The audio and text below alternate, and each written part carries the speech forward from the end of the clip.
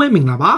UK Match ရဲ့ Facebook နဲ့ YouTube Channel ကနေကြိုဆိုပါတယ်ဒီကနေ့ရဲ့နောက်ဆုံးရအားကစားသတင်းတွေကိုကြည့်ရမယ်ဆိုရင်တော့မနေ့ညက Europa League ပြိုင်ပွဲရဲ့ပွဲစဉ်တွေကိုမဲနိုင်ရေးဆွဲသွားခဲ့တယ်မဲနိုင်ရေးဆွဲအပြီးမှာအုပ်စု A မှာတော့ Roma တို့ရန်ပွိုင်းတို့နဲ့အတူ CSKA Sofia တို့ကြာခဲ့တယ် Arsenal အသင်းကတော့အုပ်စု B မှာပဲ Rapid Vienna ဆိုတာ Romania အသင်းပြီးတော့မှ Molde ဆိုတာကရင်တော့ Social ရဲ့ club Norway club ပြီးတော့မှ Dundalk ဆိုတဲ့အသင်းပြတခါမှတော့မကြဘူးနောက် Bayer Leverkusen တို့ Nice တို့ Slavia Praha တို့ကအုပ်စု C မှာကြာပြီးတော့နောက် Benfica တို့ Rangers တို့ကအုပ်စု D အဲ့ထဲမှာဒီ Napoli တို့ Real Sociedad တို့ AZ Alkmaar ဒီအုပ်စုကထူးထူးခြားခြားကြက်တဲ့အုပ်စုထဲမှာပါပြီးတာအုပ်စု F မှာပါတယ်နောက် Tottenham Hotspur ကတော့အုပ်စု G မှာပါတယ်ဗျသူက Ludogorets ပေါ် Arsenal အသင်းကတစ်ချိန်လုံးကကစားခဲ့ဘူးတဲ့ LASK ဆိုတာ Austria club ပဲတင်နေဟုတ်တယ် Manchester United နဲ့ရှုံးထွက်အဆင့်မှာတွေ့ခဲ့တဲ့အသင်းပေါ့ Celtic တို့ AC Milan တို့လည်းတုံးစုထဲကြတယ် Slavia Praha ပေါ့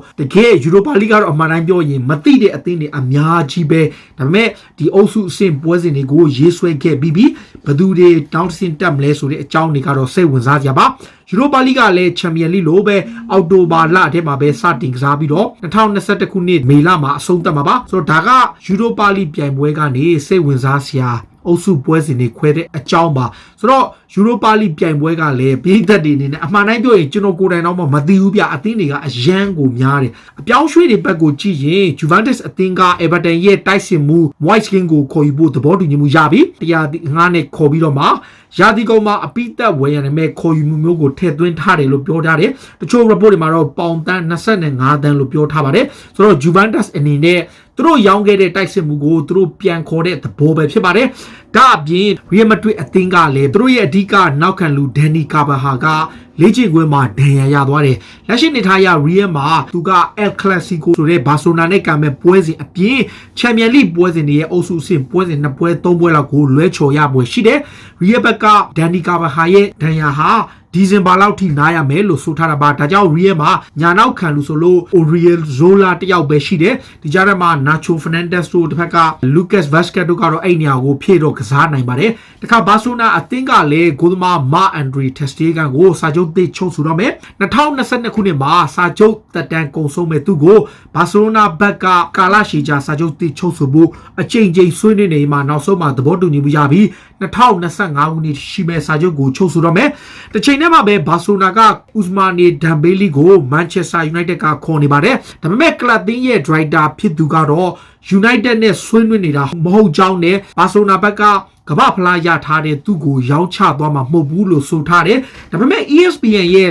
အဆိုတစ်ခုရဆိုရင် Dembele ကိုဖောက်ပါကိုယ်တိုင်ဖုန်းဆက်ပြီးတော့ Manchester United ကိုပြောင်းလာဖို့ request လုပ်ထားတာလည်းရှိတဲ့အတွက် Manchester United အနေနဲ့ Dembele ကိုအခွင့်အရေးရှိသေးတယ်လို့ဖော်ပြထားတာပါ United ဟာတကယ်လို့ Jadon Sancho ကိုဒါသူတို့မရခဲ့ရင်သူ့နေရာမှာအစားထိုးနိုင်မဲ့နောက်ထပ် quality ကစားမတစ်ယောက်ကိုသူတို့စောင့်ကြည့်နေတယ်အဲ့ဒါကတော့စပီယာရဲ့တိုက်စစ်မှုလည်းဖြစ်တဲ့တောင်မှာလည်းကောင်းကောင်းကစားနိုင်တဲ့ Ocampos ပါတကယ်ကို power game ကစားနိုင်တဲ့ကစားမဖြစ်တော့ Premier League နဲ့ကောင်းကောင်းကိုစုဝင်မဲ့ကစားမမျိုးပါစပီယာကတော့ပြီးခဲ့နှစ်ကသူ့ကိုမာဆေးကနေခေါ်ထားတာပါပြီးခဲ့တဲ့ရာသီမှာ18ဂိုးသွင်းတဲ့သူ့ကိုသူတို့ပေးထားတော့ကတော့မှယူရိုတန်း40ထိပေးထားရတာပါဆိုတော့ United အနေနဲ့ဘလောက်တိုင်းတာထိပေးပြီးခေါ်မလဲပဲစောင့်ကြည့်ရမှာပါရိုမာအသင်းကတော့ Manchester United ရဲ့ကစားမ2ယောက်ကိုခေါ်ချင်တယ်ဗျတယောက်ကတော့ကျွန်တော်တို့အားလုံးသိထားတဲ့အတိုင်း Chris Smalling ပဲဖြစ်ပါတယ် Smalling ရဲ့အပြောင်းရွှေ့ကလည်း Roma ကအပြီးသက်လောက်ဖြစ်တဲ့အချိန်နောက်ထပ်ကစားမတစ်ယောက်အဖြစ် Diego Dalot ကိုခေါ်ဖို့လုပ်နေတယ်ဆိုတော့ Manchester United က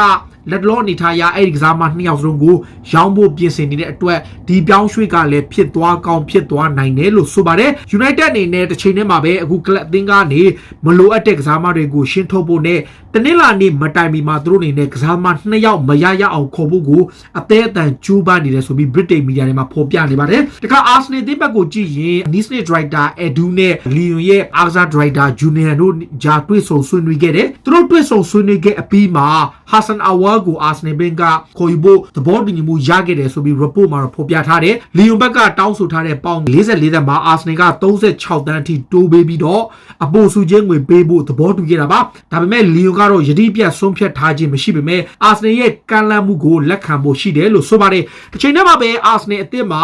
28တန်းနဲ့ခေါ်ထားပြီးတော့ပွဲထွက်ခွင့်မရသေးတဲ့လူငယ်နောက်ခံလူလေးဆလီဘာနဲ့ပတ်သက်ပြီးပြည်သက်တွေတော်တော်များများကမေကွန်ထုတ်နေတယ်အဲ့အတွက်ကြောင့်မီခဲအာတီတာကိုယ်တိုင်ကသူဟာ ready မဖြစ်သေးဘူးလို့ပြောထားသလိုလက်ရှိနေထားရာ16နှစ်သာရှိသေးတဲ့နောက်ခံလူဝီလီယံဆလီဘာကိုအာဆနယ်တင်ကတရားဒီအငှားချဖို့ရှိနေတယ်လို့သတင်းတွေမှာဖော်ပြထားပါတယ်အာဆနယ်ဟာအခုလက်ရှိမှာ transfer market ရဲ့နောက်ဆုံးအချိန်ကိုရောက်နေတဲ့အချိန်မီခဲအာတီတာကတော့သူ့ကလပ်အနေနဲ့လိုအပ်တဲ့ကစားမတွေကိုဝယ်ဖို့ဘုံဖွဲ့ကိုတောင်းဆိုထားသလိုဒီအချိန်ဟာကလပ်တင်းတို့အရန်ကိုအရေးကြီးတဲ့အချိန်လို့ဆိုထားတာပါတခါ Atletico Madrid ကိုပြောင်းရွှေ့တော့မဲ့ Lucas Torreira ကတောက်ကြနေမနက်ပိုင်းမှာပဲ Arsenal အသင်းရဲ့ training ကိုလာပြီးတော့ကစားမတွေအားလုံးကိုနှုတ်ဆက်သွားခဲ့တယ်သူက Madrid ကိုသွားပြီးတော့စစ်စစ်မှုပြုလုပ်ပြီးတော့မကြာမီချိန်တွေမှာပဲ Atletico Madrid ကိုပြောင်းရွှေ့ပ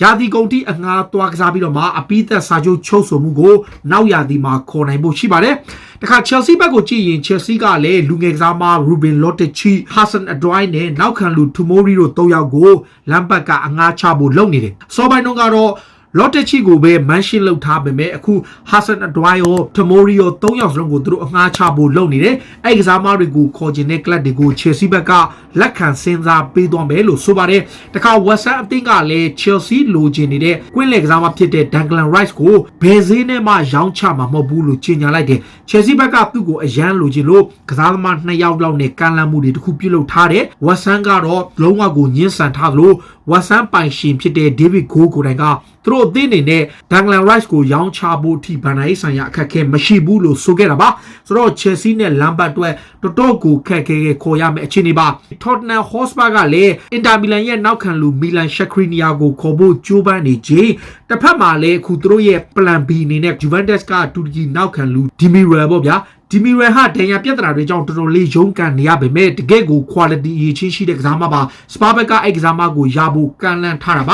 ါဒါအပြင်တနင်္လာနေ့မှာတော့ဂျိုစီမိုညိုကသူ့အသင်းအတွက်အကောင်းဆုံးဖြစ်နိုင်တဲ့ကစားမ2ယောက်လောက်သူတို့လိုချင်တယ်လို့ပြောထားတယ်အခုလောဆယ်မှာ Tottenham အနေနဲ့ Milan Skriniar ကိုမရရအောင်စကားပြောနေသလိုဒီကြားထဲမှာနောက်ထပ်ကစားမအသစ်တွေကိုလည်းခေါ်ယူနိုင်ဖို့ကိုစပါဘက်ကကြိုးပမ်းနေတာပါမော်ရီညိုရဲ့အသင်းကဖြည်းဖြည်းနဲ့ကစားပုံတိုးတက်လာပေမဲ့သူ့မှာရှိတဲ့လူစင်းကအရန်ကိုဝိဖြစ်တဲ့အတွက်သူ့အနေနဲ့ထိတ်တန်းအဆင့်ရှိတဲ့ကစားမတွေကိုထပ်ခေါ်ရဖို့ရှိနေတာပါဒီလီဗာပူးအသင်းကလည်းသူတို့ရဲ့လူငယ်ကစားမဟာရီဝီဆင်ကိုကန်လန့်လာတဲ့ဘန်လီရဲ့ကန်လန့်မှုကိုပယ်ချလိုက်တယ်ဘန်လီဘက်က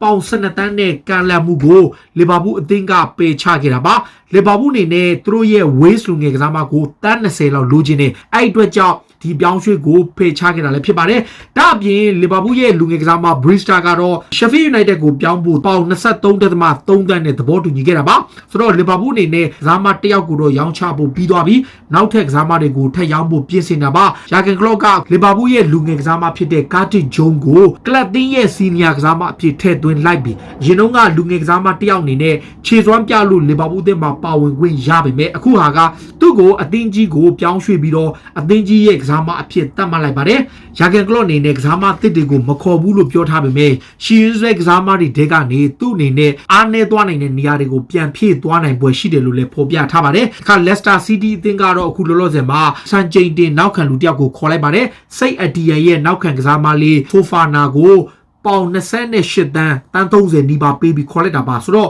Leicester အသင်းကသဘောတူညီမှုရပြီးတော့အပိသက်ကြီးညာနိုင်ခဲ့ပါပြီတခါ Wolverhampton အသင်းရဲ့နမိတ်ကျော်တောင်မှကစားမ Adama Traore ကတော့လက်ရှိမှာနိုင်ငံကနေသူ့ကိုလက်ရွေးစင်အသင်းမှာကစားဖို့ကန်လန့်ထားတယ်သူကစပိန်နိုင်ငံကက်တလိုနီးယားမှာမွေးဖွားသူဖြစ်တယ်သူ့ရဲ့မိဘတွေကမာလီကဖြစ်လို့မာလီနိုင်ငံကလည်းသူ့ကိုလက်ရွေးစင်အသင်းမှာပါဝင်ခွင့်ရဖို့ရွေးချယ်ဖို့ကန်လန့်ထားတယ်လက်ရွေးစင်အသင်းရဲ့လူစင်းမှာလည်းထည့်ထားတယ်စပိန်အသင်းကလည်းပြီးခဲ့တဲ့ပတ် Nation League ကလူစင်းထဲမှာသူ့ကိုထည့်ထားတဲ့အတွက်ကြောင့်ဒီ Adama Traore အနေနဲ့မကြမီချိန်ကစားမဲ့ Nation League ပွဲစဉ်တွေမှာဘယ်နိုင်ငံကိုရွေးချယ်မလဲစောင့်ကြည့်ရမယ်အနေထားပါဒါအပြင်ဖက်ဂွာဒီယိုလာကအခု Manchester City ကိုလက်ရှိနေထားရကစားမအသစ်တွေကိုလိုချင်ရင် City အနေနဲ့ကစားမအဟောင်းတွေကိုအရင်ရောင်းချရမယ်လို့ပြောထားတယ်ဗျခုလောလောဆယ်မှာ Otamendi ထွက်သွားပြီးသူ့အနေနဲ့နောက်ထပ်မပိုးအပ်တဲ့ကစားမတွေကိုသူတို့ရှင်းထုတ်ပြီးမှအသစ်တွေခေါ်မယ်လို့ခေါ်ရတယ်အသစ်ခေါ်မယ်ဆိုတာကလည်းအခုလောလောဆယ်မှာသူတို့စောင့်ကြည့်နေတာကတော့ဘယ်နောက်ခံလူ Tagliafico ကိုစောင့်ကြည့်နေသလို IS ကတော့23တန်းရရင်ရောင်းမယ်လို့ဆိုပါတယ်ဒီကြားထဲမှာ Man City ကဒါဗစ်အာလာဘာပေါ့ Bayern Munich ရဲ့နောက်ခံကစားမကိုလည်းခေါ်ဖို့ကြိုးပမ်းနေပေမဲ့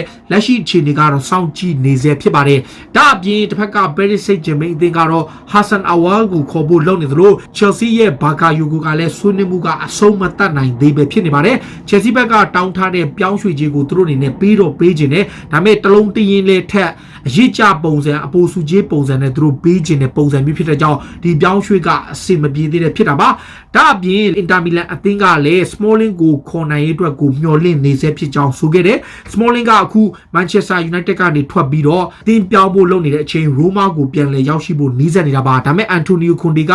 သူ့အနေနဲ့ Smalling လိုကစားမမျိုးကိုသူလိုချင်တယ်အဓိကက Diego Godin ဟာခါကလီယာဂီအသင်းကိုအပြီးသက်ပြောင်းသွားတဲ့အတွက်ခံစစ်ပိုင်းမှာသူ့အနေနဲ့အားနည်းသွားနိုင်ပွဲရှိတာကြောင့် Chris Smalling ကိုသူ့အနေနဲ့ခေါ်ချင်တယ်လို့ဆိုတာပါ Juventus အသင်းကအခုလောလောဆယ်မှာဒီလိရဲ့အခြေအနေပေါ်မူတည်ပြီးတော့ခံစစ်မှုတစ်ယောက်ကိုထိမ့်သိမ့်သိရင်ထိမ့်သိမ့်ဖို့ပြင်ဆင်ထားတယ်လို့လည်းဆိုပါတယ်ဒါအပြင် Juventus အသင်းကလက်ရှိမှာ Cristiano Ronaldo အပါအဝင်တိုက်စစ်ပိုင်းကအကောင်းဆုံးပုံစံမှာရှိနေပေမဲ့ Andre Pirlo ကဒီနေ့ရာသီသူတို့ရဲ့ Serie A Challenge ဟာခါတိုင်းရာသီတက်ပုံမခက်ခဲကြောင်းနဲ့ပြိုင်ဘက်တွေဟာပုံမတောင့်တင်းလာတဲ့လူစင်းကြောင်းသူတို့အသင်းဟာခါတိုင်းနှစ်လိုလွယ်လွယ်ကူကူနဲ့ချန်ပီယံဖြစ်ဖို့ကတော့မလွယ်တော့ဘူးအကျိတ်နဲ့ရှိနိုင်တဲ့လီတစ်ခုဖြစ်သူသုံးသပ်လာပါတယ် Bundesliga ရဲ့ Bayern Munich အသင်းကဥရောပရဲ့တနစ်တာအကောင်းဆုံးဆုတွေအားလုံးကိုတင်ကြုံယူသွားတယ်ကွင်းလေကစားမတယောက် Kevin De Bruyne ကလွှဲရင်ဆိုတော့ Bayern Munich အသင်းရဲ့ဥက္ကဋ္ဌဖြစ်သူကဒီလိုအောင်မြင်မှုတွေရရှိဖို့အတွက်သူတို့အသင်းအနေနဲ့နောက်ထပ်စင်စက်မပြတ်ဖြည့်တင်းမှုတွေလုပ်ရအောင်မယ်လို့ဆိုပါတယ်။ဘာရင်ဘက်ကအခု Thomas Lemar ကိုစောင့်ကြည့်နေလို့အခြားကစားမတွေကိုလည်းစောင့်ကြည့်နေပေမဲ့ကစားမအသစ်တချို့ကိုဖြည့်တင်းသွားဖို့နဲ့ဈေးကွက်မပိတ်ပင်မှာဖြိုယူနိုင်ဖို့စဉ်းစားနေတယ်လို့ဖော်ပြထားပါတယ်။ဒါတွေကတော့စိတ်ဝင်စားစရာနောက်ဆုံးရအားကစားသတင်းတွေကိုတင်ဆက်ပေးတာပါအခုလိုမျိုးစိတ်ဝင်စားစရာအားကစားသတင်းတွေကိုနားဆင်ကြတဲ့ကြည့်ရှုကျွန်တော် UK Match Day ရဲ့ Facebook နဲ့ YouTube Channel ကို follow လုပ်ထားကြပါလို့တောင်းဆိုရင်းနဲ့ဒီကနေ့အစီအစဉ်ကိုဒီမှာပဲအဆုံးသတ်ပါစေအားလုံးကိုကျေးဇူးတင်နေနော်